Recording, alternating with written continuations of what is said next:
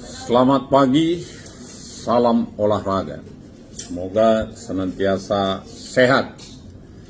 Teman-teman, ya secara khusus teman-teman penyidik, ada sedikit diskusi ya dari beberapa teman-teman penyidik kepada kita di bidang hukum Polda Sumut.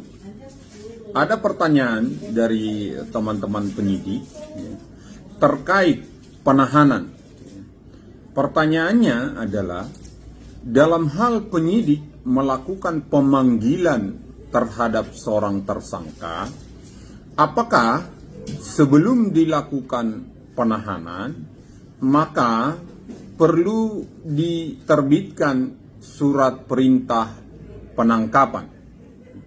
Terkait pertanyaan ini kami memberikan penjelasan, teman-teman, bahwa dalam hal kita melakukan atau penyidik melakukan pemanggilan terhadap seorang tersangka, tentunya didasarkan pada pasal 26 ya dan pasal 28 KUHP, dalam hal ini Undang-Undang Nomor 20 Tahun 2025 tentunya.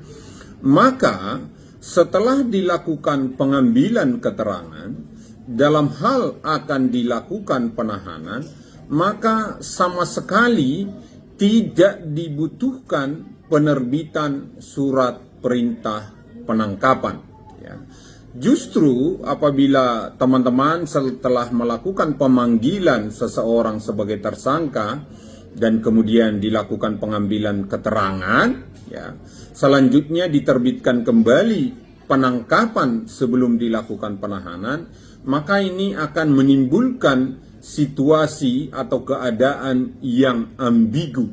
Dalam artian, apakah kehadiran ya akan menimbulkan pertanyaan, kehadiran dari seseorang itu dan kemudian dilakukan pengambilan keterangan, apakah didasarkan pada pemanggilan atau penangkapan? Ya, jadi oleh karenanya teman-teman, antara pemanggilan dan penangkapan itu adalah pilihan ya yang dapat dipergunakan oleh teman-teman penyidik sesuai pertimbangan ya dari teman-teman untuk kebutuhan penyidikan.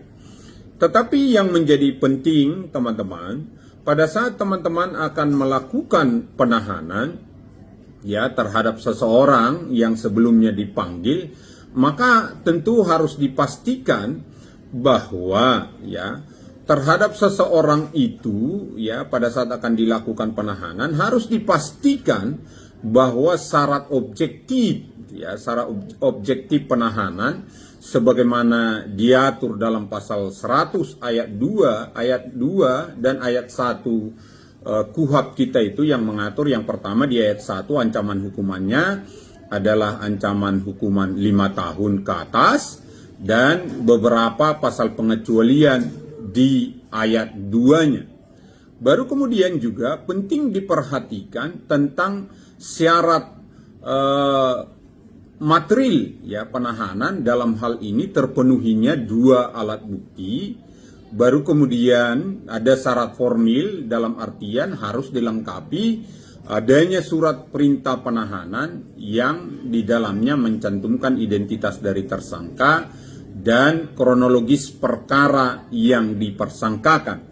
Baru kemudian juga menjadi penting syarat subjektif gitu ya, diatur di dalam pasal 100 itu juga ya, di situ terkait adanya ya keadaan dari seorang tersangka yang menimbulkan kekhawatiran bahwa ada potensi dari yang bersangkutan akan menghambat ya atau mempersulit proses penyidikan ya. Jadi itu yang menjadi penting ya teman-teman. Sekali lagi, kalau teman-teman sudah memanggil seseorang sebagai tersangka, maka pada saat akan dilakukan penahanan itu tidak lagi memerlukan yang namanya penerbitan surat perintah penangkapan.